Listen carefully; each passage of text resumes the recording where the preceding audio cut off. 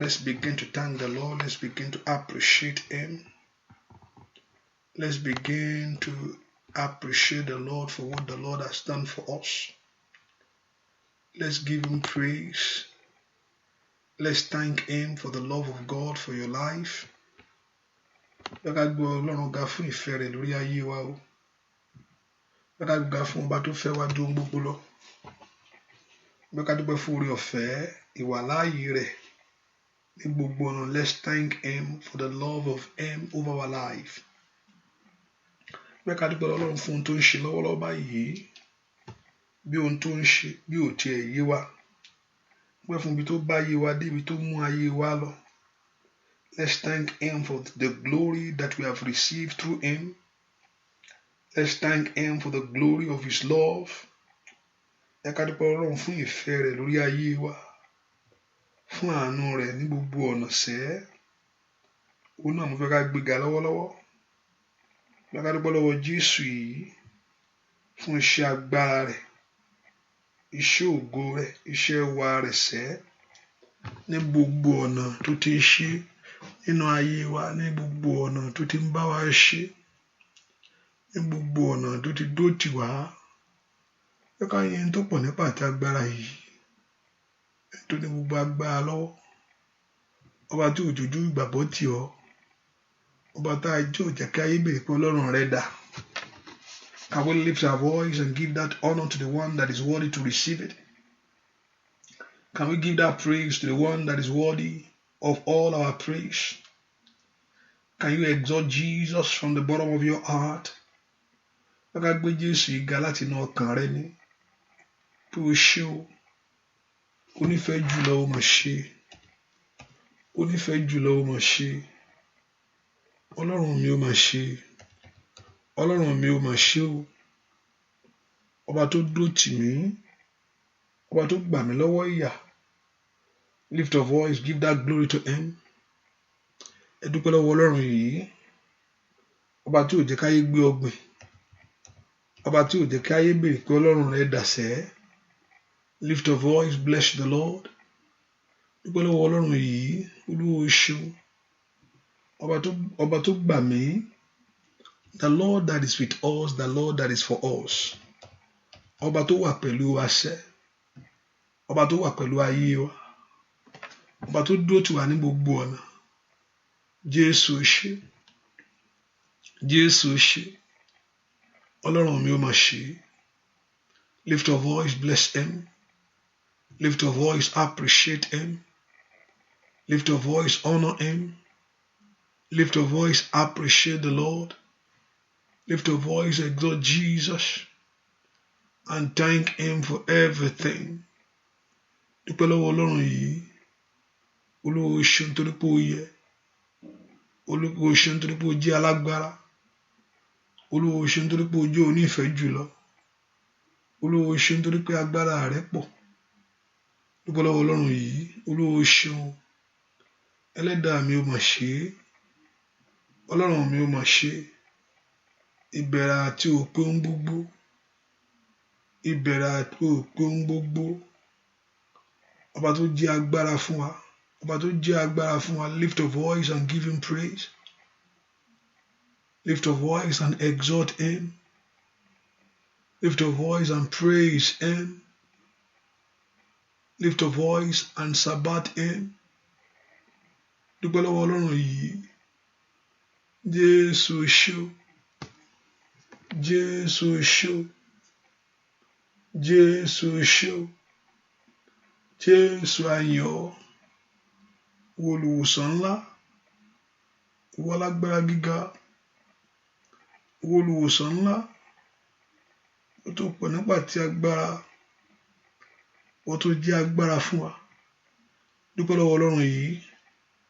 Olúwa o ṣeun. Olúwa a yìn ọ́. Ìwọ tó yẹ láti gba gbogbo ògo. Ìwọ tó yẹ láti gba gbogbo ọlá. Ìwọ tó yẹ láti gba gbogbo ìyìn. A sọ̀rọ̀ máa yẹ. The Lord that makes the impossibility possible. Ẹni ńlá, ẹni tó pọ̀ nípa àti agbára. Dúpẹ́ lọ́wọ́ Jésù yìí. Olúwa o mà ṣe o. Olúwa mà ṣe o. Olúwa yìn ọ́. Olúwa gbé ọ ga. Olúwa fi ọpẹ́ fún ọ. Olúwa fi ìyìn fún ọ. Olúwa fi ọpẹ́ fún ọ. Olúwa fi ìyìn fún ọ. Torí pé o tó bẹ́ẹ̀, o jù bẹ́ẹ̀ lọ. Torí pé o jẹ́ agbára fún wa sẹ́. Dúpẹ́ lọ́wọ́ Ọlọ́run yìí. Jésù ṣe. Jésù mà ṣe o. Jésù a yìn ọ́. Jésù a gbé ọ ga. Jésù a fi ọpẹ́ fún ọ. Jésù a fi ìyìn fún ọ. Jésù a fi gbogbo ògo fún ọ. Gbogbo ògo yẹlé ìwọ Ọlọ́run. Gbogbo ọlá yẹlé ìwọ Jésù. A yìn ọ́ bàbá. A yìn ọ́ bàbá. A yìn ọ́ bàbá. A yìn ọ́ alágbára gíga. A yìn ọ́ olùwòsàn ńlá. A yìn ọ́ olùwòsàn ńlá. Jésù mà ṣe o. Jésù ṣe. Olùgbàlà ó ṣe o. Dúpẹ́ lọ́wọ́ Ọlọ́run yìí. Dúpẹ́ lọ́wọ́ Ọlọ́run yìí. Dúpẹ́ lọ́wọ́ Jésù. Dúpẹ́ lọ́wọ́ ọba tó pọ̀ nígbà tí agbára. Ẹni máa Ísírẹ́lì ó ṣe o. Ẹni máa Ísírẹ́lì á yìn ọ́. Dúpẹ́ lọ́wọ́ Ọlọ́run. Olùgbàlà ó ṣe. Olùgbàlà á fi gbogbo ògo fún ọ. Olùgbàlà á fi gbogbo ìyìn fún ọ. Dúpẹ́ lọ́wọ́ Ọlọ́run yìí. Dúpẹ́ lọ́wọ́ Jésù yìí. Ọlọ́run Ísírẹ́lì ó mà ṣe. Ọlọ́run mo yìn ọ́, mo yìn ọ́, mo yìn ọ́ fún ohun tó ń ṣe lọ́wọ́lọ́wọ́ báyìí. Mo yìn ọ́ fún ohun tó ń ṣe nínú ayé wa. Mo yìn ọ́ fún ohun tó ń ṣe nínú ayé ọmọ wa. A yìn ọ́, a fi ọpẹ́ fún ọ. A fi ìyìn fún ọ. A fi gbogbo ògo fún ọ. A fi ọlá fún ọ torí pé Ọlọ́run ni ọ́. Can you lift your voice and just thank Him? Can you exalt Him? Let's magnify the Lord. Let's give that praise to the one that is worthy to receive all the glory, all the honor, all the adoration. Ọba tó tó bẹ́ẹ̀. Lift your voice in praise. Lift your voice ibi tó ń báyé rẹ dé. Pẹ́ fún ibi tó ń báyé rẹ lọ. Pẹ́ pé kò lè dójú ìgbàgbọ́ tì ọ́. Jésù mà ṣe o. Jésù ṣe. Jésù ṣe. Jésù ṣe. Jésù a yìn ọ́. Jésù a gbé ọ ga. Jésù a fi ọpẹ́ fún ọ. A fi ọpẹ́ fún ọ torí pé Ọlọ́run ni ọ́. A fi ìyìn fún ọ torí pé alágbára ni ọ́. Can you lift your voice and give God the praise? Can you exalt Jesus? Can we thank Him? Can we just worship Him? Fún ohun tó ń ṣe. Fún ohun ìyanu ńlá. Dúpẹ́ lọ́wọ́ rẹ̀ sẹ́. Thank Him for your life. Thank Him for the life of your children. Dúpẹ́ nípa ayé rẹ àti nípa ayé ọmọ rẹ gbogbo. Pẹ́ fún ìrìn àjò tó mú ọ rìn. Yóò kúkú mú ọ débẹ̀. Thank Him for that journey. Thank Him for that journey that you're going to get there. Pé débẹ̀, you're going to get there. Ibi tẹ́ fẹ́ dé yẹn, thank Him that is working it out. Ó ń báṣẹ́ lọ. Bó ohun tó ń ṣe gangan bí ò tiẹ̀ yé ọ. Thank Him. Bí ohun tó Olúwa ń ṣe bí ò tiẹ̀ yé wa. Thank Him because yóò fi ayọ̀. Yóò mú ìyanu lé ọ lọ́wọ́ kẹ́yìn. Lift your voice and give God the praise. Ọlọ́run ó ṣe o. Ọlọ́run mo yìn ọ́. Ọlọ́run mo gbé ọ ga. Jésù mo gbọ́ àdúrà. Orúkọ Jésù Kristi. Olúwa wa. Mo fẹ́ ká tún dúpẹ́ lọ́wọ́ Ọlọ́run. Ọpẹ́ ò ń pọ̀ jù wájú rẹ̀ sẹ́. Ọpẹ́ kì í pọ̀ jù wájú Olúwa. Ká fi gbogbo ẹ̀ ká dúpẹ́ ká dẹ̀ máa lọ. Like you just you're asking for open check. Èèyàn ń béèrè fún open check ni. Torí Solomon ṣe níwájú rẹ̀. Olúwa ní kí ló fẹ́ kí n ṣe fún ọ. Tí èèyàn lásán bá wò ó, mélòó Ọlọ́run. Ọmọ Hẹ́rọ́dù ń jó níwájú rẹ̀. Ó ń jó. Tí èèyàn lásán bá lè wò pé ọmọ yìí kí ló fẹ́, béèrè ohun tó fẹ́, ohunkóhun tó bá fẹ́ máa fún ẹ. Nípa kéèyàn máa jó kó máa yin èèyàn. Mélòó Ọlọ́run tó ṣẹ̀dá ohun gbogbo. Tó fi gbogbo kéèyàn fi gbogbo ẹ̀ ní yìn. ó tó bẹ́ẹ̀, ó mọ ohun tá a fẹ́. Ọlọ́run ò mọ tí mo fẹ́, Ọlọ́run mọ ohun tó fẹ́, Ọlọ́run sì mọ ohun tó ń béèrè fún. Bẹ́ẹ̀ ni Ọlọ́run mọ ohun tá à ń fẹ́, ó sì mọ ohun tá à ń béèrè fún. Bẹ́ẹ̀ ni pé Ọlọ́run ò mọ̀, ó mọ̀. Fi ọpẹ́ ẹ gbà ní àṣálẹ́ yìí, fi ọpẹ́ ẹ gba ire rẹ níwájú rẹ̀ sẹ́, fi ọpẹ́ ẹ gba ire rẹ níwájú Olúwa, fi ọpẹ́ ẹ gba ire rẹ níwájú rẹ̀ sẹ́ fún ọba tó ń ṣe lọ́wọ́lọ́wọ́. Jésù ṣé o, ṣé o, ṣé o, ṣé o. Alágbára gíga o mà ṣe, alágbára gíga o ṣé o, ṣé o. Ọlọ́run mo gbé ọ̀gá, mo fi gbogbo ògo fún ọ. Ìwọ ló tó bẹ́ẹ̀ láti gba gbogbo ògo yìí, ìwọ ló tó bẹ́ẹ̀ láti gba gbogbo yìí, ìwọ ló tó bẹ́ẹ̀ láti gba gbogbo ọlá yìí, ìwọ ló tó bẹ́ẹ̀ láti gba gbogbo ògo yìí. Olúwa o ṣeun fún ohun tó ń ṣe, Olúwa o ṣeun fún ohun tó ń ṣe, Olúwa o ṣeun fún ohun tó ń ṣe, Olúwa o ṣeun fún ohun tó ń ṣe, Olúwa o ṣeun fún ohun tí ìwọ Ọlọ́run ń ṣe, Olúwa o ṣeun fún ohun tí ìwọ Ọlọ́run ń ṣe lórí ayé wa. We thank you, Lord, for what you are doing, oh God. A dúpẹ́ lọ́wọ́ rẹ bàbá. Jésù o ṣé o. Láti gbà ọlá, láti gbà ìyìn, láti gba ògo, Jésù tìrẹ ni. Láti gba ọlá, láti gba ìyìn, láti gba ògo, Jésù tìrẹ ni. Dúpẹ́ sẹ́, láti gba ọlá, láti gba ìyìn, láti gba ògo, Jésù tìrẹ ni. Láti gba ọlá, láti gba ìyìn, láti gba ògo, Jésù tìrẹ ni sẹ́. Láti gba ọlá, Olódùmarè ó ṣe.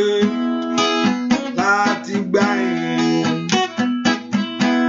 láti gba ògo, Jésù tìrẹ ni. Dúpẹ́ lọ́wọ́ Ọlọ́run alààyè. Bàbá ò ṣe sẹ́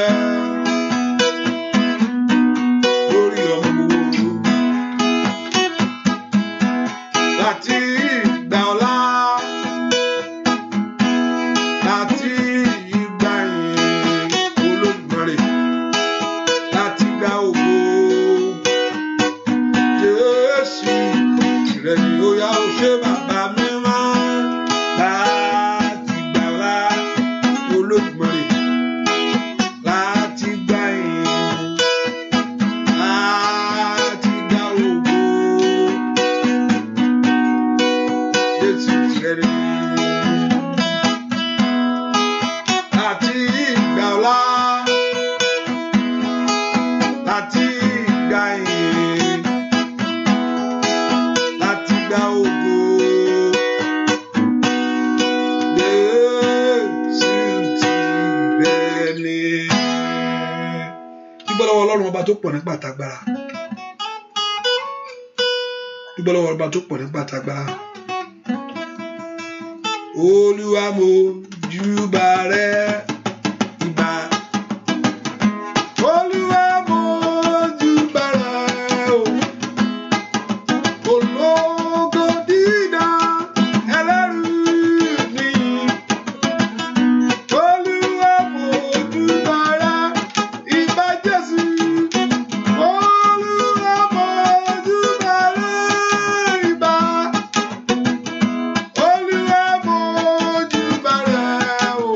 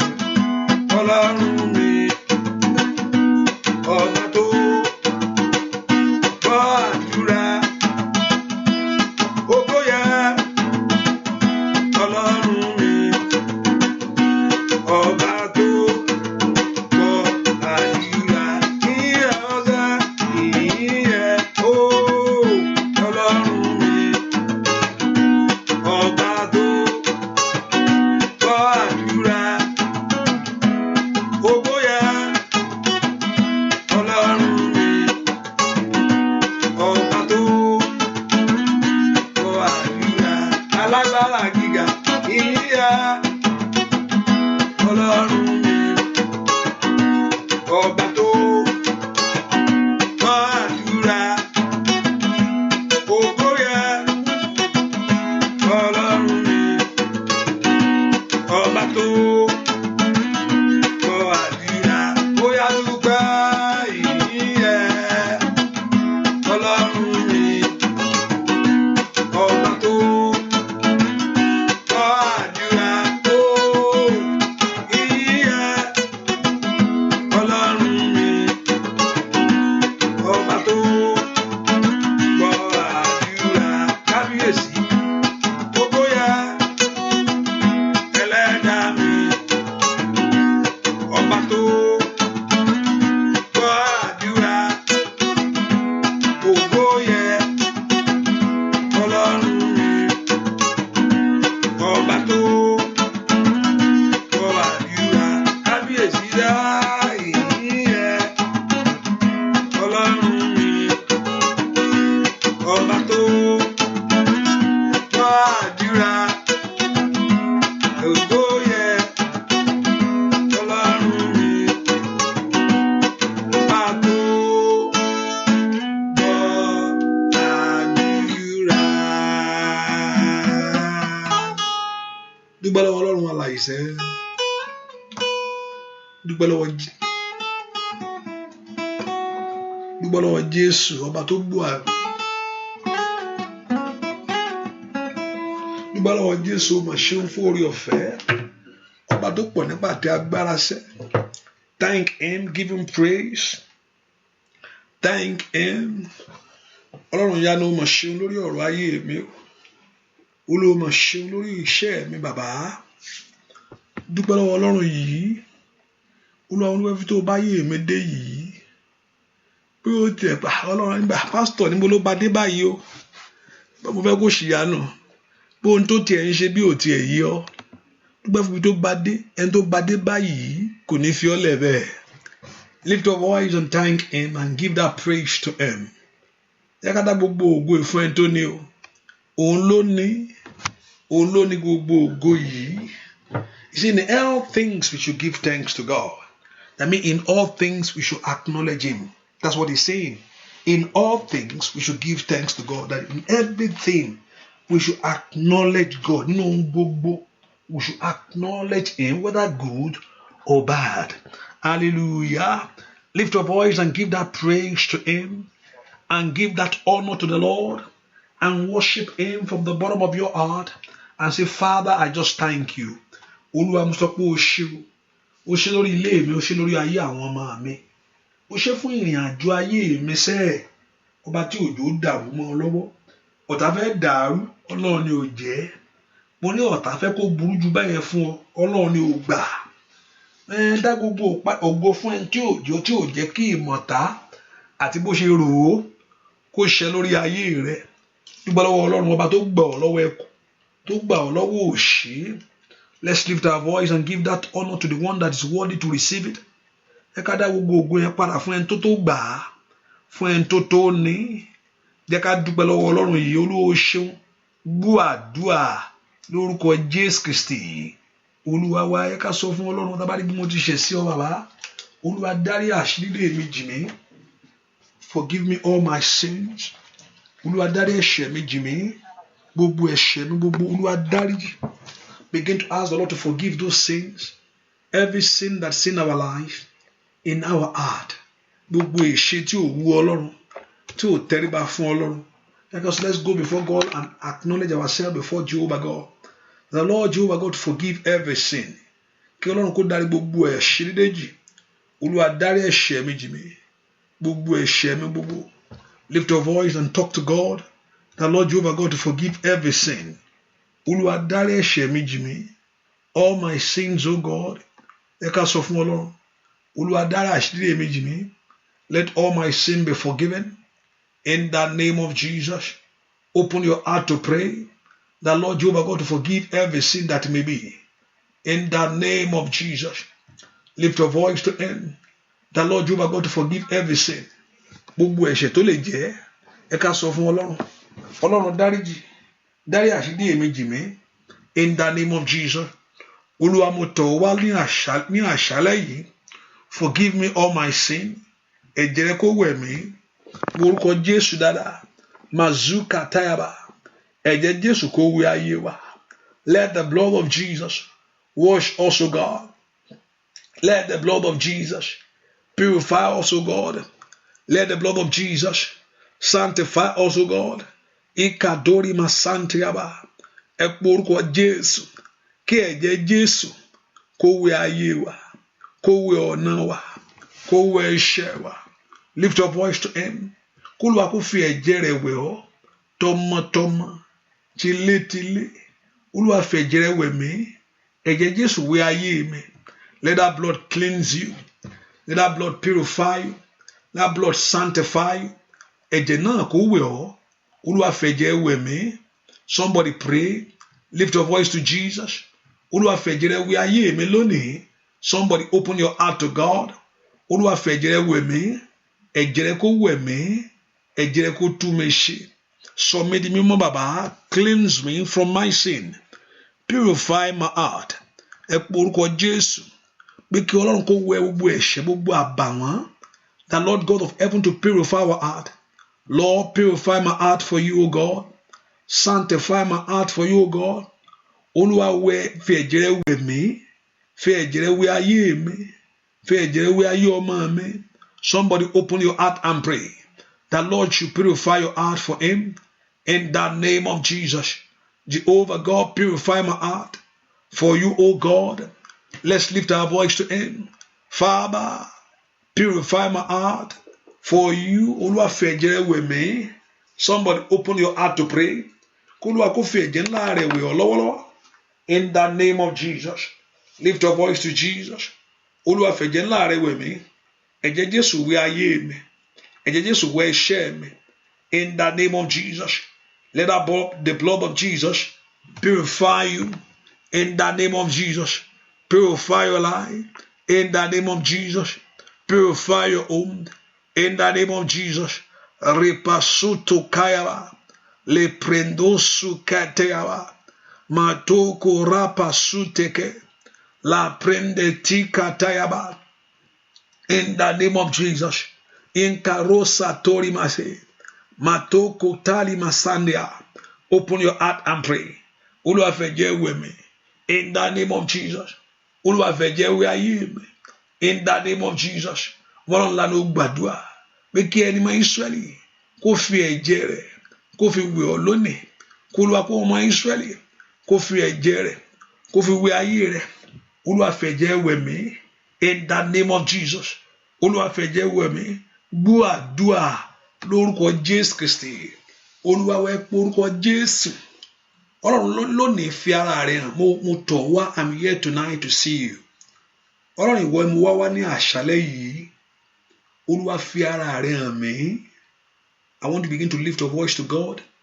Pé kí ẹni mọ Ísírẹ́lì kó fi ara rẹ̀ hàn. Olúwa ìwọ ni mo wá ní àṣálẹ́ yìí o. Olúwa fi ara rẹ̀ hàn mí. In the name of Jesus. Ẹ pe orúkọ Jésù dáadáa. Ọlọ́run Ísírẹ́lì ìwọ ni mo wá ní àṣálẹ́ yìí. Olúwa fi ara rẹ̀ hàn. Somebody, can you pray? The Lord God of heaven to manifest himself to you. Olúwa sọ̀rọ̀ rẹ̀ di mímọ̀ fún ayé mi. Olúwa sọ̀rọ̀ rẹ̀ di mímọ̀ fún ayé mi. Mọ́lọ́n porúkọ Jésù dáadáa. Kẹ́nìmọ̀ Ísírẹ́lì kó sọ̀rọ̀ rẹ̀ di mímọ̀.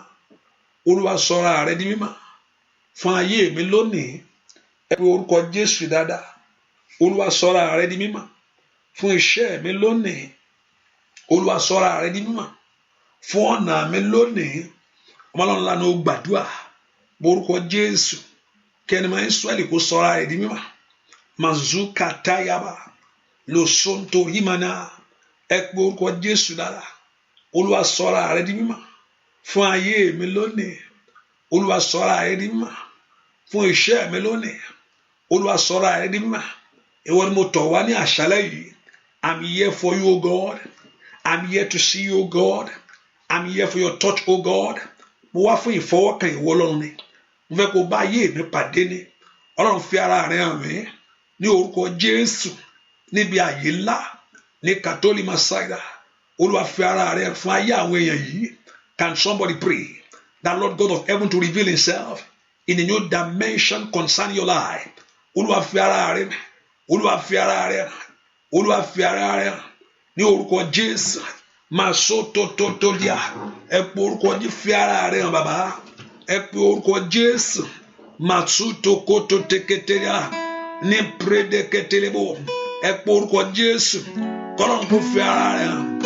Ó màkà kọ́lọ́run kó fi ara rẹ̀ hàn. Ní orúkọ Jésù kó jẹ́ olùgbèjà fún ọ lónìí.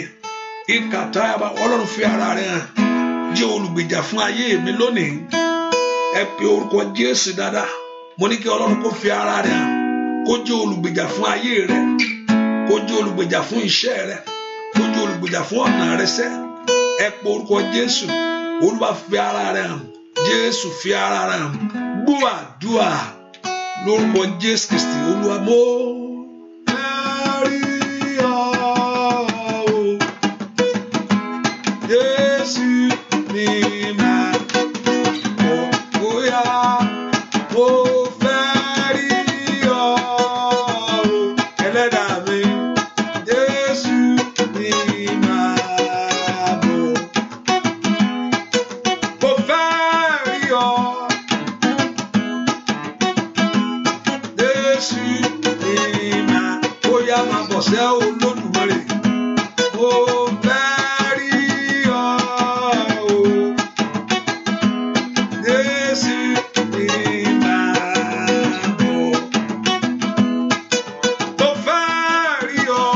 Ẹlẹ́dàá mi sẹ́. Jésù ni màá bóyá óyá óyá óyá óyá óyá óyá. Mo fẹ́ rí ọ o. Jésù ni màá mọ̀. Mo fẹ́ rí ọ o. Olódùmarè. Jésù óyá óyá farahàn. Olódùmarè bàbá mímọ́. Mo fẹ́ rí ọ o. Jésù ni màá bóyá ò bá pe Jésù. A fẹ́ rí ọ ní gbogbo ọ̀nà. Jésù wà máa bóyá máa bọ̀ sá.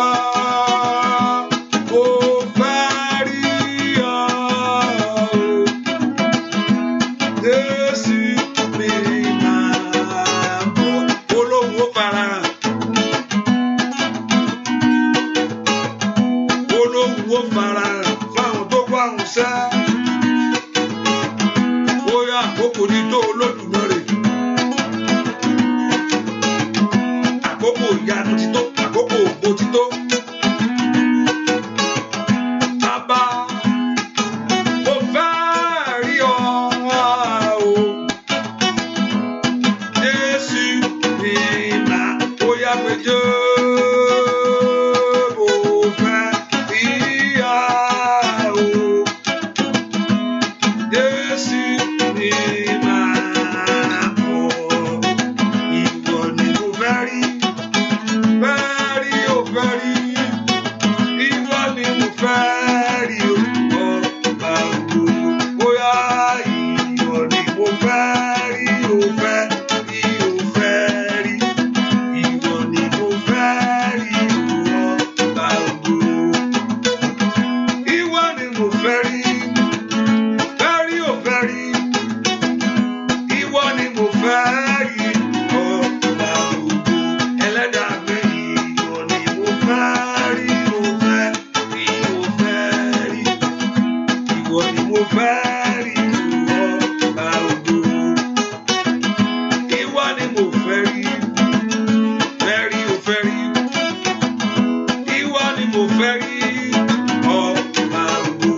Óyá óyá o. Ìwọ ni mo fẹ́ rí o. Fẹ́ rí o, fẹ́ rí. Ìwọ ni mo fẹ́ rí o. Ọba ògo. Ìwọ ni mo fẹ́ rí. Fẹ́ rí o, fẹ́ rí. Ìwọ ni mo fẹ́ rí. Ọba ògo. Óyá óyá o. Ìwọ ni mo fẹ́ rí o. Fẹ́ rí o, fẹ́ rí.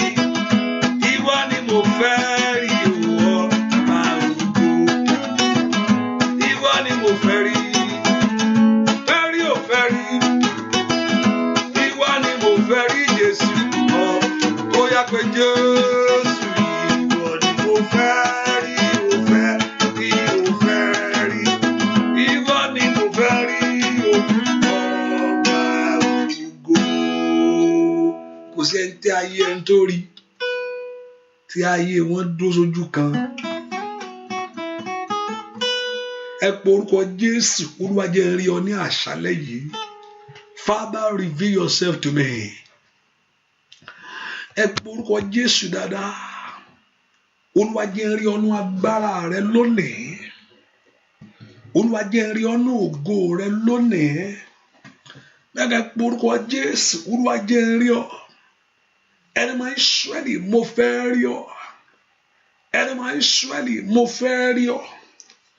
Ẹni máa Ísírẹ́lì, mo fẹ́ rí ọ. Ẹni máa Ísírẹ́lì, mo fẹ́ rí ọ.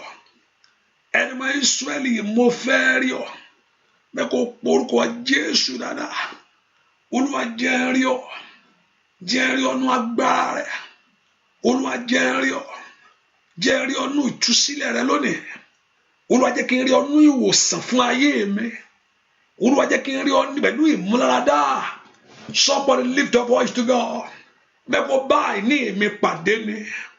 Bẹ́ẹ̀ kó bá ń dá sí ọ̀rọ̀ ayé mi yìí lè tó jù mí lọ yìí.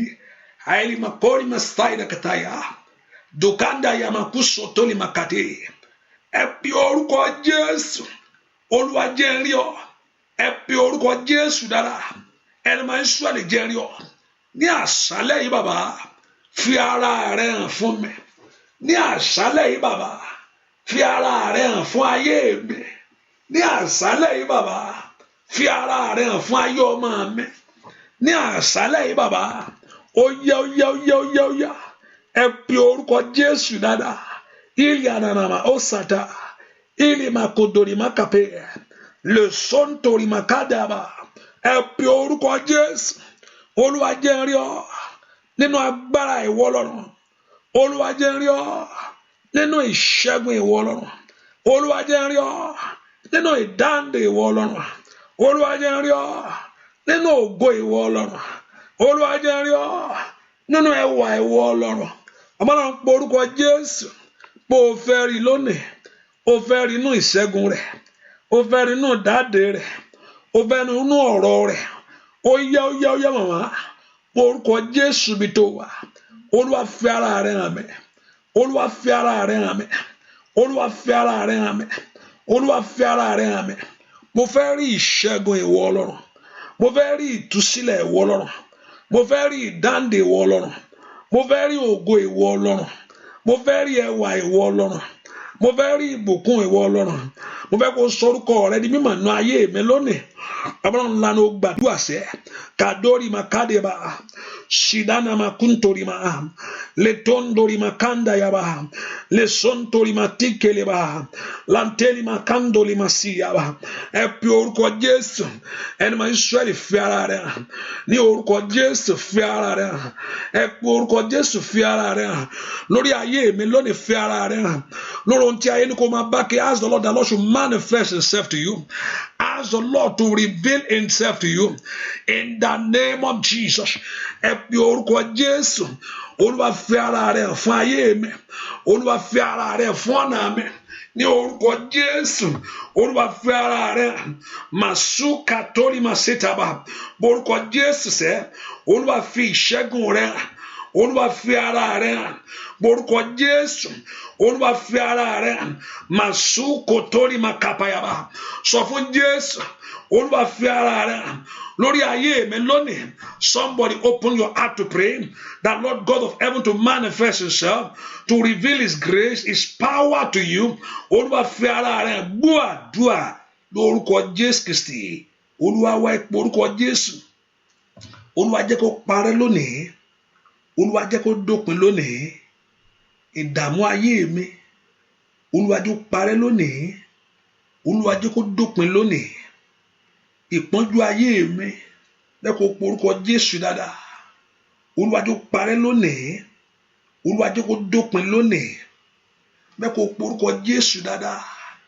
Ẹni máa Ísírẹ́lì jẹ́ kó parẹ́ lónìí. Jẹ́ kó dópin lónìí. Ìpọ́njú ayé mi sẹ́. Ìdààmú ayé mi sẹ́. ẹ pe orúkọ Jésù bí tẹ́ wà sẹ́. Olúwa fi òpin sí lónìí. Can you lift your voice and pray to God, the Lord God of heaven, to put an end to that failure in life? The Lord Jehovah God to put an end to that disappointment in your life. Ẹ pe orúkọ Jésù. Olúwa jẹ́ kó dópin lónìí. Olúwa jẹ́ kí ogun náà parẹ́ lónìí. Ẹ pe orúkọ Jésù. Olúwa jẹ́ kó dópin lónìí. Olúwa jẹ́ kó parẹ́ lónìí. As the Lord kó dópin. Let it come to an end in my life. Let it come to an end in the life of my children. Olúwa fi òpin sí lónìí. Ìdààmú ayé mi yìí. Ogun àìrọ́mọbí yìí. Ogun àìrọ́kọ yìí. Àìníṣẹ́ yìí. Àìláṣeyọrí yìí. Àìrọ́wọ́yọ yìí. Àìní yìí. Èmi ò mọ bí táyé ti ń dààmú rẹ. But you can tell the Lord can put an end to it. Olúwa jẹ́ kó dópin ní àṣálẹ́ yìí. Òpin dé bá ogun ayé mi. Òpin, let go. Olúwa mi ìfẹ́ lè mọ́. Mo orúkọ Jésù. Olúwa mi ìfẹ́ lè mọ́. Mo gbé tọ̀ wá ní mi ìfẹ́ mọ́ ni. Ẹ̀yin ọ̀run ẹ gbà lọ́wọ́ mi. Ẹ pe orúkọ Jésù kó gbà kúrò nínú ayé rẹ. Ẹ̀yin ọ̀run ẹ gbà jáde kúrò nínú ayé mi lónìí. Ikababo satayaba. Can you lift your voice and begin to cry to God? Orúkọ Jésù pé ò fẹ́ mọ́. Orúkọ Jésù pé ò fẹ́ ìdààmú yẹn mọ́. Orúkọ Jésù pé ò fi àṣetì yẹn mọ́. Ní orúkọ Jésù. Orúkọ Jésù dá gbogbo tó ń yọ lẹ́nu yẹn tó ò fẹ́ mọ́. Can you lift your voice to God? Olúwa mi ìfẹ́ lè mọ́. Olúwa mi ìfẹ́ àbàwọ́n yẹn mọ́. Ẹ pe orúkọ Jésù. Olúwa mi ìfẹ́ ìtìjú ìmọ́nú ayé mi. Ẹ pe orúkọ Jésù dáadáa. Sọ fún Ọlọ́run. Olúwa mi ìfẹ́ mọ́. I don't want it anymore. Father, I don't want failure anymore. I don't want stagnancy anymore. I don't want disappointment anymore. I don't want it anymore. Ekapako shakaba. La prendo sikelebo. Le tekabo kapaba. As the Lord that you don't want it. Oh, femanu ayere. Oh, fi àṣetì yẹn mọ́. Olúwa mi ìfẹ́ àmúbọ̀ yìí mọ́. Olúwa mi ìfẹ́ ìtìjú yìí mọ́. Olúwa mi ìfẹ́ ẹ̀gàn yìí mọ́. Ọmọlọ́run lánàá ó gbàdúrà. Sọ fún Ọlọ́run. Olúwa mi ìfẹ́ mọ́. Ìdààmú yìí mi ìfẹ́ mọ́. Ìṣòro inú ayé mi ìfẹ́ mọ́. Àìsàn yìí mi ìfẹ́ mọ́. Tell the Lord that you don't want it. Olúwa gbà lónìí. Olúwa bá mi fi òpin sí. Can you tell the Lord? Kí Olúwa kó gbà á. Kó Olúwa kó mú kúrò nínú ayé rẹ. Ọ̀run kó fi òpin sí. Ask the Lord. Sọ fún Jésù. Olúwa mú ìtìjú yìí mi kúrò. Bá mi fi òpin sí. Olúwa mú ẹ̀gàn yìí kúrò. Bá mi fi òpin sí. Olúwa mú ìtìjú ayé mi kúrò. Can you lift your voice to God? Bẹ́ẹ̀ kí Ọlọ́run kó mú kúrò nínú ayé rẹ. Bẹ́ẹ̀ kí Ọlọ́run kó mú kúrò nínú ayé ọmọ rẹ. Bẹ́ẹ̀ kí Ọlọ́run kó mú kúrò lórí iṣẹ́ rẹ. Bẹ́ẹ̀ kí Ọlọ́run kó mú kúrò ní ọ̀nà rẹ gbogbo. Bẹ́ẹ̀ kí Ọlọ́run kó mú kúrò ní ìdáwọ́lé rẹ. Ní orúkọ Jésù. Olúwa mú ẹ̀gàn yìí kúrò nínú ayé mi ni. Olúwa mú ẹ̀gàn yìí kúrò lórí iṣẹ́ mi ni. Olúwa mú ẹ̀gàn yìí kúrò. As the Lord, that very thing that's in your life. Gbogbo ohun tó ń ṣe ọ́ yẹn. Ohun tó ń dààmú yẹn. Gbọ́ àdúrà lórúkọ Jésù Kristi. Olúwa wa. Ẹlòmíràn sọ pé àwọn ní ayé ló ń ṣèyàn. Ẹlòmíràn ní kò sáyé ní kankan tó ń ṣe òun bí pé kò sáyé tó ń ṣe kankan bí kankan. It's okay, I accept that. Ẹlòmíràn ní pé ayé kankan ò sí mi kankan. Mi ò sọ ẹni tó ń ṣe anybody. It's okay. Ṣùgbọ́n ẹni tí nǹkan ṣe mọ̀ pé nǹkan ṣe o. Onímọ̀ ni someone can deny it. Irọ́ ní gbogbo ẹ̀ àwọn pásítọ̀ yẹn àwọn jẹ́ kí nìkan. Ṣùgbọ́n ẹni tí nǹkan ń ṣe ń tán ń bó lẹ́gba lójú àlá tí àpá rẹ̀ ń farahàn lójú ayé ṣé kò mọ̀ pé nǹkan ń ṣe o. Lẹ́ni tó wò títí ní ìgbà kínní disappointment ó bá débẹ̀ ó tì. Táyé lómi dé lẹ́yìn ẹ̀ wọ́n á tún fún ẹni yẹn ṣùgbọ́n òun á ló tì fóun. Ṣé kò ní jókòó kó rò pé kí ló ń ṣẹlẹ̀ wọ́n ń fún eléyìí wọ́n dẹ̀ ń refuse òun. Okay. Ṣé ẹni tí nǹkan dé dókítọ̀ tó wò títí pé dókítọ̀ àwọn ò rí nǹkan kan ẹ máa lọ lé àárín nǹkan kan ẹgbẹ́ you are looking good.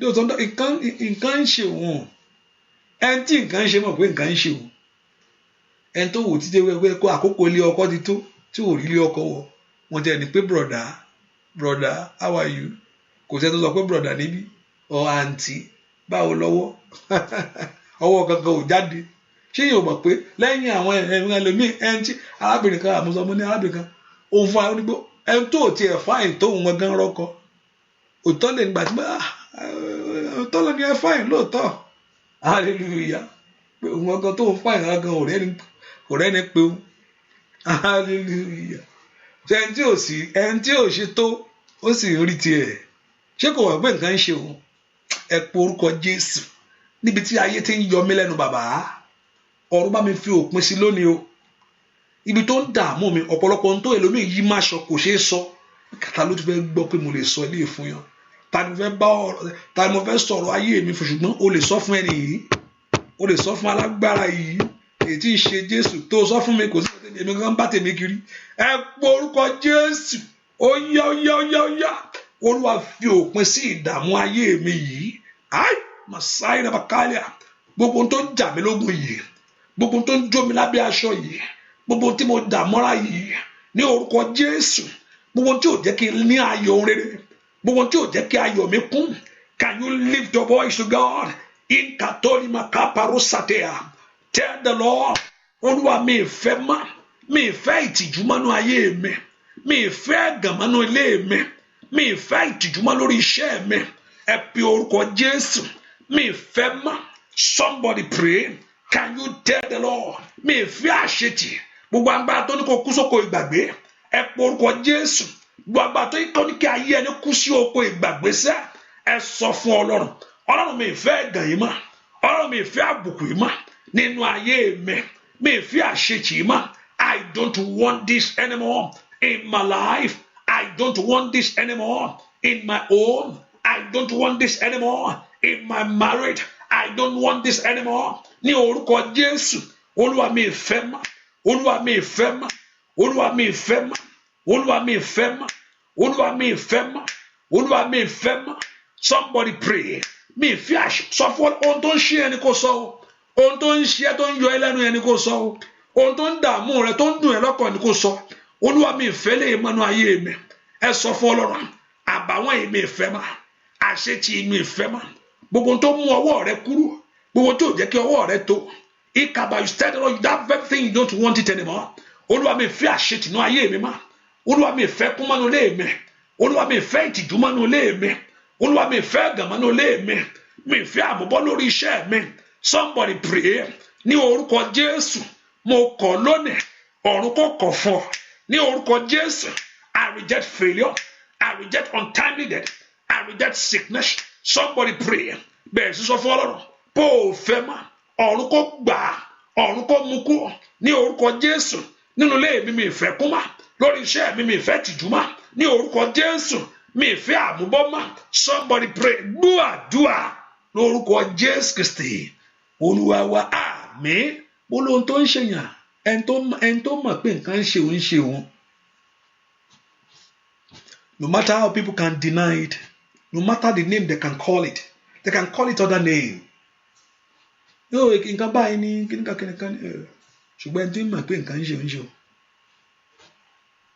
hallelujah gbogbo ohun tó ń ṣe ọ́ lónìí ní kí Ọlọ́run kó bẹ̀rẹ̀ mú kúrò Olúwa mú kúrò fún mi ogun àìrọ́mọ bí mi ìfẹ́ mọ́ àìrọ́kọ mi ìfẹ́ mọ́ àìrí àṣeyọrí ìkan yìí kí àṣedànù yìí mi ìfẹ́ mọ́ àṣedànù yìí àìrógolo mi ìfẹ́ mọ́ ìfàsẹ́yìn lórí ayé kí èèyàn gbé gbèsè ẹsẹ̀ kan kó gbé one leg forward and two leg backward ìdààmú yìí I don't want it anymore mẹ́kọ̀ọ́ porúkọ Jésù I don't Olúwa mi ìfẹ́ lè mọ́nú ayé mi májẹ̀mú ìsọdí asán I break this agreement over my life mo bà májẹ̀mú yìí jẹ́ májẹ̀mú yìí mo kọ̀ I don't want sickness in my body I don't want untimely death mi ìfẹ́ mọ́ àìṣètì loneliness mi ìfẹ́ mọ́ ẹ sọ fún Ọlọ́run ohun tó ṣe ẹni kò sọ fún Ọlọ́run Olúwa gbà á mo gbé tọ̀ wá ní ìṣòro ayé mi yìí makoto di makapayaba letoko prendo sukataba somebody pray Can you lift your voice to God? Latondo yaba shikayaba.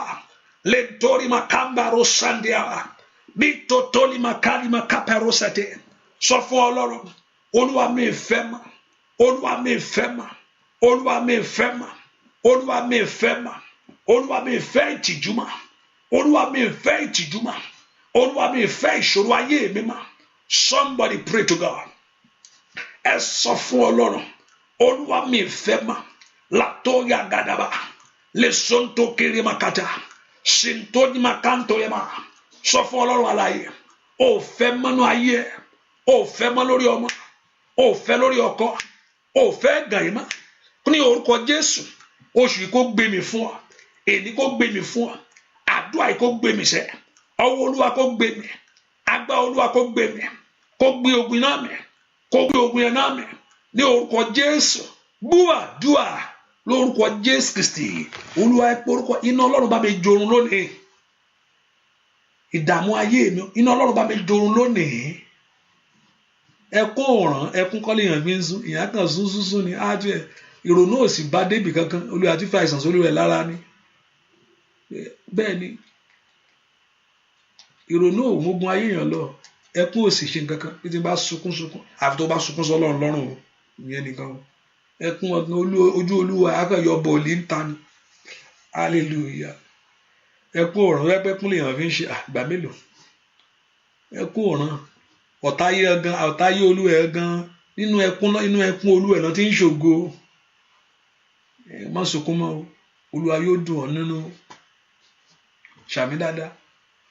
Mo ní ọ̀tá èèyàn nínú ẹkún Olúwa ẹ̀ náà ti ń ṣògo. So ẹkún yẹn kọ́ ni bẹ́ẹ̀ tó ń sunkún yẹn, inú àwọn ń dùn ní pé iye ẹ̀sọ́ lọ́ọ́ mú ewu mọ̀ kankan, ó ṣe bẹ̀rẹ̀ ni. Inú ẹkún yẹn náà ti ń ṣògo ni. So ẹkún yẹn kọ́ ló máa ràn.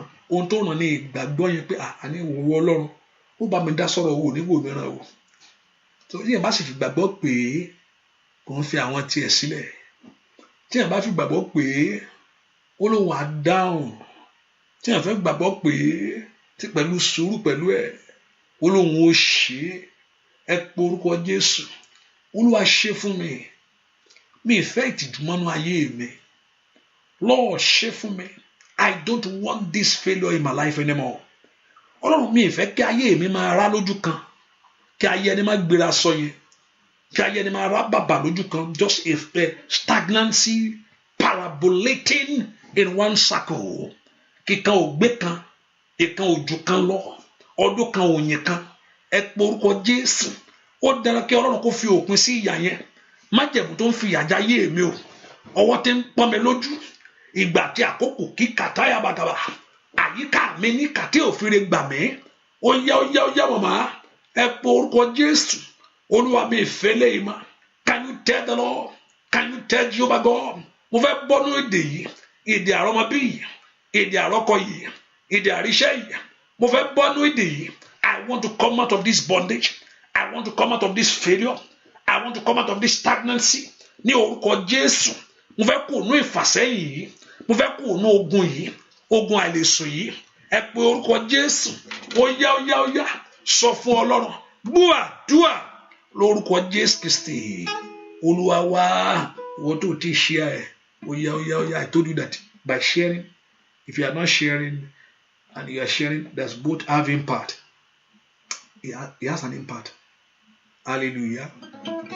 Ìwọ tó share, it has an impact. Ìwọ tó sì share, it has an impact. So it's good to be on the good side. When you share, it has a good impact. When you don't share, it has no good impact. Hallelujah. I was looking at the record of the, and also when you come, just click, not to me, but to them. I don't really, so you just click like or something like that. I see the like side because I don't really bother about that, but I see that in their own record, they put down to it. Hallelujah. But that's why it's just press like, do something for them. Hallelujah. Inawa, wa, jo wan. Inawa, wa, jo wan. Ogun tí mo ja, tí kò ṣẹ. Inawa, wa, jo wan. Ó yá sọ fún ya. Inawa,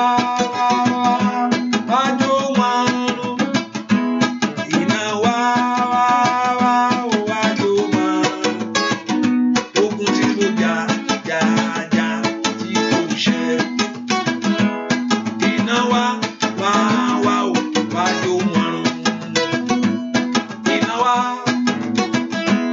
wá jó wọn run. Iná wá wá wá wá wá o wá jó wọn run. Ogun tí kò jà jà jà tí kò ṣẹ. Óyá óyá óyá o. Iná wá wá wá o wá jó wọn. Sọ fún Ọlọ́run. Iná wá wá wá wá jó wọn run. Iná wá wá wá o wá jó wọn run. Ogun tí kò jà jà jà tí kò ṣẹ.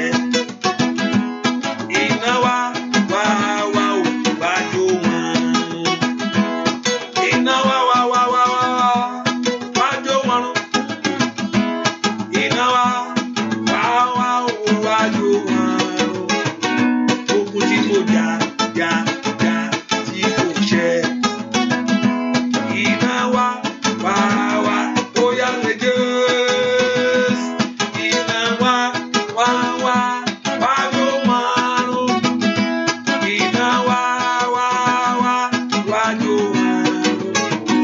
Ogun tí kò jà jà jà tí kò ṣẹ. Iná wá wá wá o wá jó wọn run. Mo ṣe ń kọrin ohun tí mò ń rí ẹ sọ fún Ọlọ́run. Ẹranko ènìyàn tí ń yọ mí lẹ́nu, Olúwa dójútì lónìí. Ẹranko ènìyàn èyí tí ń yọ mí ní ẹnu. Ẹranko ènìyàn tó ń yọ mí lẹ́nu yìí o. Ẹranko ènìyàn tí ń yọ mí lẹ́nu. Ẹranko ènìyàn tí ń yọ mí lẹ́nu. Olúwa dójútì agbára rẹ̀ lórí ayé mi. Ẹranko ènìyàn tí ń yọ ẹ́ lẹ́nu. Mo sọ fún wa pé mo ní ẹnìkan ó pa olóńgbò. Pásítọ̀ tún sọ ni jẹ́ kí tún sọ kó lè mọ̀ bó ṣe gbàdúrà ni. Ó pa olóńgbò. Bó sì ṣe pa olóńgbò. Ó pa olóńgbò ń tẹ olóńgbò yẹn ó lé ó pa. Ìgbà tó máa wọ yàrá màmá ẹ̀ ló kú. Hallelujah. Ọ̀pọ̀lọpọ̀ agbára bẹ́ẹ̀. Ohun tí mò ń wò ni mò ń wò yìí. Ẹranko dúdú tó wà níwájú rẹ yìí, tó ń wá ewúrẹ́ dúdú yìí. Ẹ porúkọ Jésù. Ẹranko ènìyàn èyí tí ń yọ mí lẹ́nu, tí ń yọ iṣẹ́ mi lẹ́nu. Àwọn tó ń sọ̀rọ̀ ẹ̀ di ẹranko, dàbí èèyàn tó ń sọ̀rọ̀ ẹ̀ di ẹranko, èyí tó máa wá ń yọ ẹ́ lẹ́nu yẹn. Èèyàn tó ń sọ̀rọ̀ ẹ̀ di ẹranko, èyí tó ń yọ ayé ọmọ rẹ lẹ́nu. Èèyàn tó ń sọ̀rọ̀ ẹ̀ di ẹranko, èyí tí ò fẹ́ fi àyè gbà ọ́. Èyí tí ń fò, tí ń fò, tí ń fò, tí ń fò. Ẹranko èèyàn tí ń yọ ayé mi lẹ́nu. Olúwa kọlù lónìí. Olúwa kọ gbàgbà lọ́wọ́ ẹ̀. Olúwa gbàgbà lọ́wọ́ ẹ̀. Olúwa gbàgbà lọ́wọ́ ẹ̀. Olúwa gbàgbà lọ́wọ́ ẹ̀. Olúwa gbàgbà lọ́wọ́ ẹ̀. Olúwa gbàgbà lọ́wọ́ ẹ̀. Olúwa sọ agbára ẹ̀dá sàn. Ẹ pe orúkọ Jésù. Man like animal. Ikato yamada is troubling my life. Makonto yamakashaidaba. Ẹranko èèyàn tí ń yọ iṣẹ́ mi lẹ́nu. Ẹranko èèyàn tí ń yọ ayé mi lẹ́nu. Ẹranko èèyàn lórúkọ ń yọ ọmọ mi lẹ́nu. Ní orúkọ Jésù. Olúwa gbàgbà lọ́wọ́ ẹ̀. Olúwa gbàgbà lọ́wọ́ ẹ̀. Olúwa gbàgbà lọ́wọ́ ẹ̀. Ẹ pe orúkọ Jésù. Ẹranko ènìyàn tí ń yọ ayé rẹ lẹ́nu. Ẹranko ènìyàn tí ń yọ iṣẹ́ rẹ lẹ́nu. Somebody pray. Masutata yakaba. Le soto korapate. Le prende tu katayaba. Pe orúkọ Jésù. Ẹranko ènìyàn tí ń yọ ayé mi lẹ́nu. La prendo su katayaba. Le prende ticket lebo. Pe orúkọ Jésù dada. Ẹranko ènìyàn tí ń yọ ayé mi lẹ́nu. Orúkọ Jésù sẹ́. Orúkọ Jésù. Ẹranko ènìyàn tí ń yọ iṣẹ́ mi lẹ́nu. Indayadaba ko shatayaba. Somebody open your heart to God. In the name of Jesus. Lift your voice to him. Masuto kotayedaba. Orúkọ Jésù dada. Ẹranko ènìyàn tí ń yọ ayé mi lẹ́nu. Búà dúà lórúkọ Jésù Kristi. Olúwa wá orúkọ Jésù. Ẹranko ènìyàn tí ń yọ iṣẹ́ mi lẹ́nu lónìí. Ẹni máa Ísírẹ́lì dojú tì í. Let God of heaven put it to shame. Ẹ pe orúkọ Jésù. Ẹranko ènìyàn tí ń yọ ilé mi lẹ́nu. èyí tí ń yọ ayé ọmọ rẹ lẹ́nu, èyí tí ń yọ ọ̀nà rẹ lẹ́nu, pe orúkọ Jésù dáadáa. Ẹ pe orúkọ Jésù. Ẹranko ènìyàn tí ń yọ ilé mi lẹ́nu, Olúwa dá ojú tì í. Let God put it to shame. Somebody lift a voice to him. That the one that is troubling your life, Olúwa dójú tì í. Ẹ sọ fún Jésù, Olúwa dójú tì í. Gbọ́ àdúà lórúkọ Jésù Kristi Olúwa wa. That I can see the error is Psalm 140 verse 24. I can see not Psalm 104, Psalm 120, 24. Psalm 120. Yes, Psalm 140. Psalm 140 verse 8. Even though it's not 24 itself, it's 8. It's 8, not 24 itself. Ẹ porúkọ Jésù dáadáa. Olúwa dójú tì ẹranko ènìyàn tí ń yọ ayé mi lẹ́nu. Olúwa dójú tì í. Let God put it to shame now. Ẹranko ènìyàn tí ń yọ iṣẹ́ mi lẹ́nu. Olúwa dójú tì í. Ìkàdáka sọ́tò káyàbá. Olúwa dójú tì. Olúwa dójú tì. Olúwa dójú tì. Olúwa dójú tì iṣẹ́ rẹ̀. Olúwa let God begin to put every work of that is one that is troubling your life to shame. Ẹ pe orúkọ Jésù. Mashikatale masotoli mate. Somebody open your heart and pray. Ẹranko èèyàn tí yọ iṣẹ́ mi lẹ́nu. Olúwa dójú tì í. Ask the Lord to put it to shame. Ẹranko èèyàn tí yọ ayé mi lẹ́nu. Somebody open your heart and pray. Tell the Lord that ẹranko èèyàn tí yọ iṣẹ́ rẹ lẹ́nu lónìí. Olúwa dójú tì í. In the name of Jesus. Sọ fún Ọlọ́run Ísírẹ́lì dójú tì ó. Lord, put it to shame. In the name of Jesus. Put it to shame, O God. Put it to shame, O God. Olúwa dójú tì í. Olúwa dójú tì í. Somebody lift your voice to God. Ẹranko èèyàn tí ń yọ iṣẹ́ mi lẹ́nu. That is troubling my life. Ẹranko èèyàn tí ń yọ ayé ọmọ mi lẹ́nu. Open your heart to pray. Can you lift your voice to God? Orúkọ Jésù dáadáa. Ẹranko èèyàn tí ń yọ iṣẹ́ mi lẹ́nu. Ní orúkọ tí ń da iṣẹ́ ẹni rú. Ní orúkọ Jésù tí ń jírí ayé ẹni gbé. Ní orúkọ Jésù tí ń ba ọ̀nà ẹni jẹ́. Somebody open your heart and pray. Orúkọ Jésù dáadáa. Olúwa dójú tì ẹranko èèyàn nú ayé mi. In the name of Jesus. Ask the Lord to put it to shame. Sọ fún Ọlọ́run kí Ọlọ́run kó dójú tì í. In the name of Jesus. Open your heart to pray. Tell the Lord. Olúwa dójú tì ẹranko èèyàn nú ayé mi. Ẹranko èèyàn tí ń yọ iṣẹ́ mi lẹ́nu. Open your heart to God. Lift your voice to Jesus. Mashikatori makaparaba. Open your heart to Jesus. Olúwa dójú tì ẹranko èèyàn tí ń yọ ilé mi lẹ́nu. Open your heart to pray. Can you lift your voice to Jesus? Ẹ pe orúkọ Jésù dáadáa. Olúwa dójú tì. Olúwa dójú tì.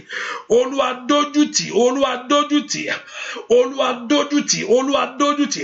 Ask the Lord to put it to shame. Ẹranko ènìyàn tí ń yọ ògo mi lẹ́nu.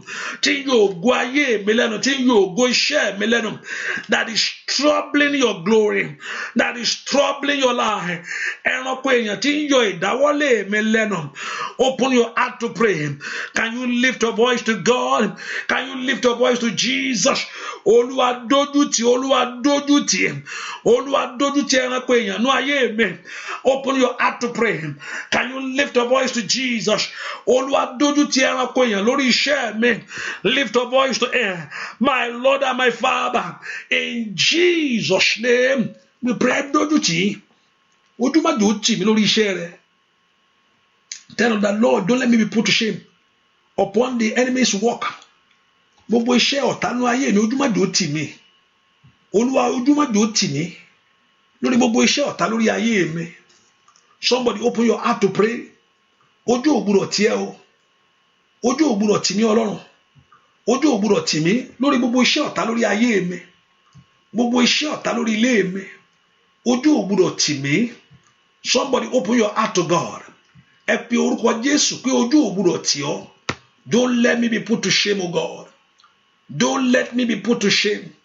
gbogbo iṣẹ́ ọ̀tá nínú ilé mi ojú má dúró tì mí, ojú má dúró tì mí, ojú má dúró tì ọmọ mi, ojú má dúró tì ayé mi. Gbogbo ẹni tó ní òní ọmọ bí yẹn, ojú ọmọ yẹn ò gbúdọ̀ tiẹ̀, ojú ọkọ yẹn ò gbúdọ̀, gbogbo ẹni tó ní òní rọ́kọ láyé, ojú ọkọ ò gbúdọ̀ tiẹ̀ o, ojú ọkọ ò gbúdọ̀ tiẹ̀, ojú ilé, ojú that your life there is no shame.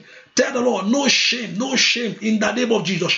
Ohun táyé ní káyé, ohun táyé ní kó jẹ́ ẹ̀yà yẹn, ohun táyé sẹ́ kó jẹ́ ẹ̀yà, kó jẹ́ ayé rẹ̀ ẹ̀yà yẹn, kò gbúdọ̀ jẹ́ ayé rẹ̀ ẹ̀yà, kò gbúdọ̀ jẹ́ ayé ọmọ rẹ̀ ẹ̀yà.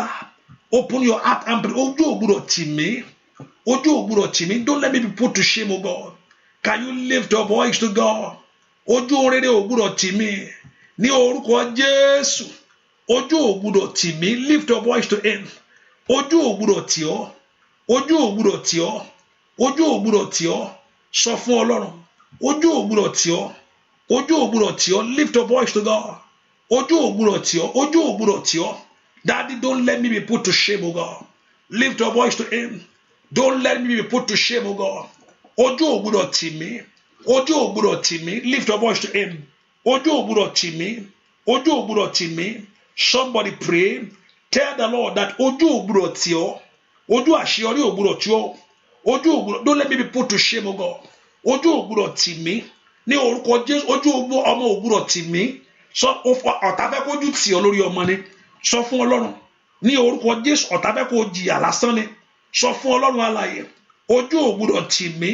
Lift your voice to Him. Ojú ò gbúdọ̀ tì mí, ayé ò gbúdọ̀ yọ̀ mí. Somebody pray. Ojú ò gbúdọ̀ tì mí. Open your heart to Him in the name of Jesus. Ojú ò gbúdọ̀ tì mí, ojú ò gbúdọ̀ tì mí. Somebody pray to Him that pé ojú ò gbúdọ̀ tì ọ́, ayé ò gbúdọ̀ yọ̀ ọ́, ojú ò gbúdọ̀ tì mí. Somebody lift your voice to Him. Ojú ò gbúdọ̀ tì mí, ojú àṣeyọrí ò gbúdọ̀ tì mí. In that area that the enemy wants you to put to shame, ojú ò gbúdọ̀ tì mí. Tell the Lord, ojú ò gbúdọ̀ tì mí. Can you tell Him pé ojú ò gbúdọ̀ tì ọ́? Sọ fún Ọlọ́run, ojú ò gbúdọ̀ tì mí, ojú ò gbúdọ̀ tì ayé mi, ojú ò gbúdọ̀ tì mí lórí iṣẹ́ mi, ojú ò gbúdọ̀ tì mí nínú ayé ọmọ mi. Open your heart to pray that let shame be far away from me. Let shame be far away from my door. Let shame be far away from my children. Bí orúkọ Jésù, ojú ò gbúdọ̀ tì mí, ojú ò gbúdọ̀ tì mí, ojú ò gbúdọ̀ tì mí. Ní orúkọ Jésù, mi gbúdọ̀ yàgànkú. Ní orúkọ Jésù, mi gbúdọ̀ ṣe àìsàn. Ní orúkọ Jésù, ogun òkùnkùn gbúdọ̀ borí mi. Lapato toli makaba, lesonto ni makayaba. Open your heart to pray. Lift your voice to Jesus. Pé ojú ò gbúdọ̀ tì ọ́, ojú ò gbúdọ̀ tì ọ́, ojú ò gbúdọ̀ tì ọ́. Lintalima koparupate. Somebody pray to God. Ojú ò gbúdọ̀ tì ọ́. In the name of Jesus. Ojú ò gbúdọ̀ tì ọ́. In the name of Jesus. Ojú ò gbúdọ̀ tì ọ́. Repatoli maka. Lemprendo tukayaba. Somebody pray. Ojú ò gbúdọ̀ tì ọ́. Ayé ò gbúdọ̀ yọ̀ mí. Let that shame be far away from your door. Ní orúkọ Jésù. Kí ẹ̀gàn yẹn kó kò nú ayé rẹ̀. Ẹ̀gàn kó kò nú ilé rẹ̀. Ẹ̀gàn kó kò nú ayé ọmọ rẹ̀. Ojú ò gbúdọ̀ tì mí. Somebody pray. No shame, shame far away from me. Let shame be far away from your door. Ní orúkọ Jésù, ẹ̀gàn kó jìnnà sí ayé mi. Àìrọ́mọ bí kó jìnnà sí iṣẹ́ mi. In the name of Jesus, open your heart to pray. Somebody pray to God. Ojú ò gbúdọ̀ tì ọ́. Ojú ò gbúdọ̀ tì mí. Are you praying? In the name of Jesus, are you telling the Lord that shame be far away from you? Ní orúkọ Jésù, ojú ò gbúdọ̀ tì mí. In the name of Jesus, let it be far away from your door. Let it be far away from your life. Let it be far away from your children. Let it be far away from your family. Ẹ pe orúkọ Jésù. Ojú yẹn ò gbúdọ̀ tì ọ́. Ojú yẹn ò gbúdọ̀ tì ọ́. Ọlọ́run kó gbàkóso. Ọlọ́run kó gbèjà rẹ̀. Níta yálaba ṣíntìyàbá. Léńtèrè makatayaba. Masotokoraba. Lamprendo suketelebo. Somebody pray to God. Ojú ò gbúdọ̀ tì mí. Nínú ọdún yìí, ẹ fún mi lọ́mọ tèmi. Ẹ fún mi lọ́kọ tèmi. Ask the Lord to grant you your own. Ní orúkọ Jésù, ẹ fún mi ní ayọ̀ tèmi. Ní orúkọ Jésù, ẹ fún mi ní ògo tèmi. Ẹ fún mi ní ẹwà tèmi. Somebody pray. Ojú ò gbúdọ̀ tì ọ́. Ojú ò gbúdọ̀ tì ọ́. in the name of Jesus. Ojú ògbúdọ̀ ti ayé rẹ, let shame be far away. Ojú ògbúdọ̀ tì mí, ojú ọmọ ògbúdọ̀ tì mí láyé o, ní orúkọ Jésù. Ojú ọkọ, I don't know that very thing. Tell him that Lord should do it in your life. Ẹ pe orúkọ Jésù. Ojú ọkọ ògbúdọ̀ tì mí, ojú ìwé ìgbélú ògbúdọ̀ tì mí, ojú ìrìn àjò ògbúdọ̀ tì mí. Can you pray?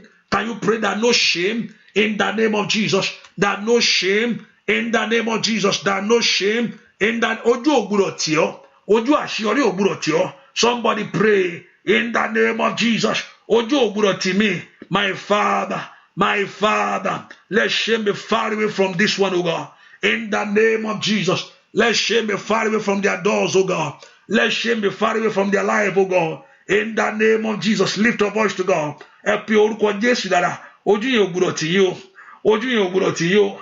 Ní orúkọ Jésù, ojú yẹn ò gbọdọ̀ tì ayé yín o. Ikabalota katayaba.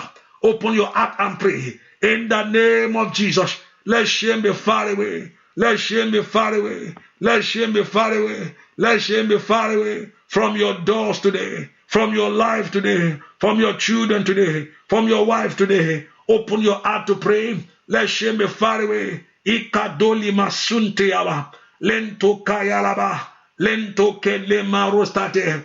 Lente kere moshike yaba. Open your heart to pray. Ojo ògbúdọ̀ tì ọ́. Ojú ògbúdọ̀ tì ọ́. Ojú ògo ògbúdọ̀ tì ọ́. In the name of Jesus. Ojú ògbúdọ̀ tì mí.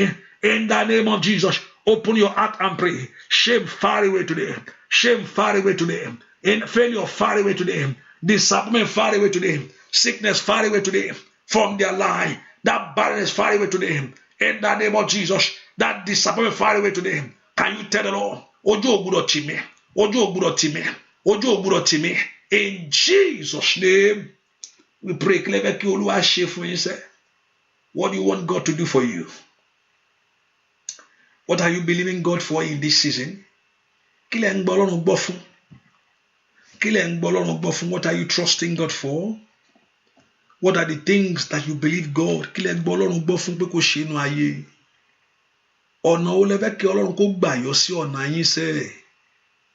Hallelujah.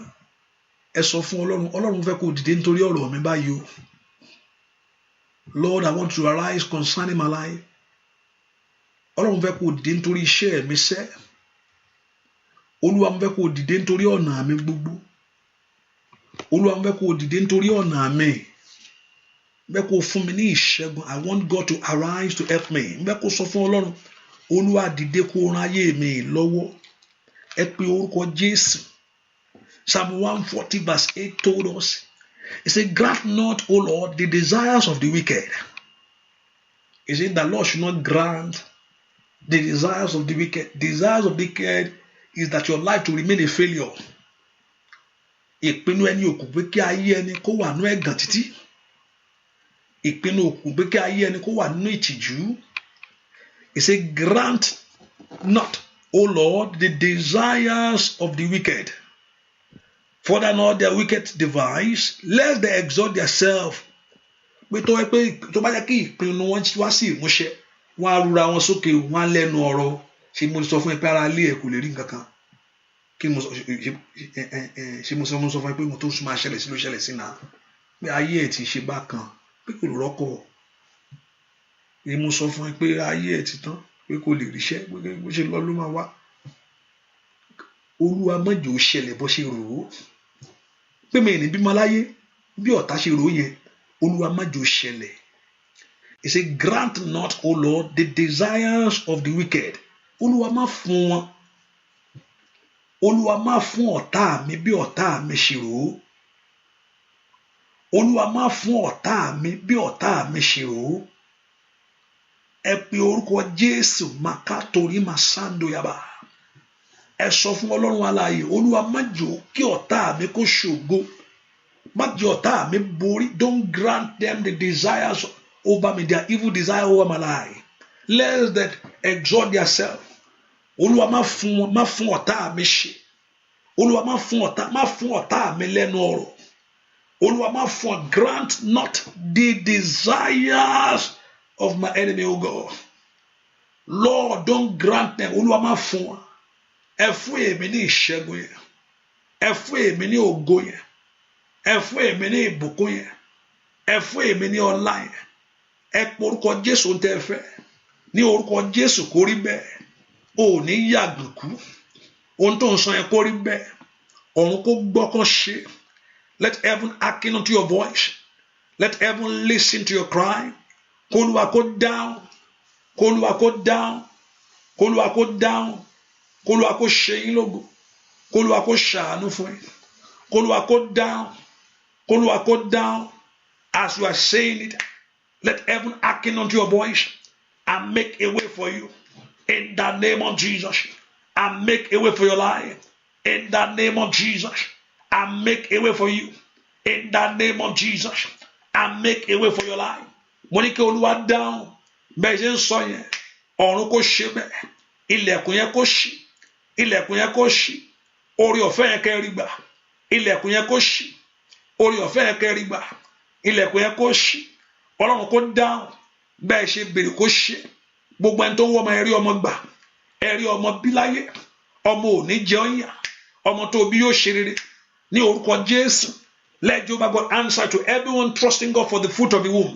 Ẹ̀rọ ọmọ yín gbàṣẹ́ ní orúkọ Jésù. K'Olúwa kó ṣe yín lógo, k'Olúwa kó fòore fún yín ní orúkọ Jésù. K'Olúwa kó dá yín lóhùn. Ẹ ti bá Ọlọ́run sọ̀rọ̀, Olúwa ṣe bẹ́ẹ̀, Olúwa ṣe bẹ́ẹ̀, Olúwa ṣe bẹ́ẹ̀, Olúwa ṣe bẹ́ẹ̀, Olúwa ṣe bẹ́ẹ̀. Oore ọ̀fẹ́ Ọlọ́run kó dájú, kẹ́rí àánú Ọlọ́run gbà, bẹ́ẹ̀ ni ó sì rí. Ohun tó béèrè yẹn, ọ̀run kó fi òǹtẹ̀ sí. Let heaven stamp it now and let it be permanent in Jesus' name. I release the grace of God upon that water. Let that water bring healing and deliverance. Omi ẹ kó mú ìwòsàn, kó mú ìṣẹ́gun wá. Omi ẹ kó mú ìtúsílẹ̀ wá. Kẹ́rí ìyanu, kẹ́rí ògo Olúwa, kẹ́sì rí ẹwà rẹ̀. Ẹ lọ ní orí ọ̀fẹ́ yìí, kẹ́sì padà pẹ̀lú ẹ̀rí ńlá. Bẹ́ẹ̀ ni ó sì rí láì lórúkọ Jésù Kristi Olúwa wa. Àmín, àmín, àmín lórúkọ Jésù. Hallelujah. If you believe it, I want you to shout 7 hallelujah to God. Hallelujah, hallelujah, hallelujah, hallelujah, hallelujah, hallelujah, hallelujah. Just put in mind that the prayer continued by God's grace. I told us there's an impact you share, there's an impact you don't share. Hallelujah. Praise the Lord. It's important for you to share. Praise the Lord. To invite your friends and family. And I know the Lord Jehovah God will do great things for us in Jesus' name. And also this Friday, let's remember that this first Friday of the month and this Saturday is first Friday of the month, we give our testimony before the Lord. And if you can text, it's okay. You can text it before then or on that day. And I know the Lord Jehovah God will give you your own ẹ̀rí tó ti ń dóde pé Olúwa jẹ́ kí mi náà ní ẹ̀rí. Olúwa yóò fún ẹ ní ẹ̀rí yẹn. Àdúrà eléyìí yóò gbélé ọ lọ́wọ́. Bẹ́ẹ̀ ni ó sì rí láì lórúkọ Jésù Kristi Olúwa wa. Àmín, àmín, àmín lórúkọ Jésù. Oore ọ̀fẹ́ Jésù ló wà. Fẹ́ mọ ti Ọlọ́run. Ẹ̀jẹ̀ Jésù kó yí yín ká. Bẹ́ẹ̀ ṣe fẹ́ lọ sùn kọ́ Ọlọ́run kó bá yín pàdé. Ọwọ́ Ọlọ́run kó kan ayé yín. Bẹ́ẹ̀ ni ó sì rí Jésù Olúwa wa. Àmín, àmín, àmín lórúkọ Jésù. God bless you. Stay blessed. Stay secure. God bless. Bye-bye.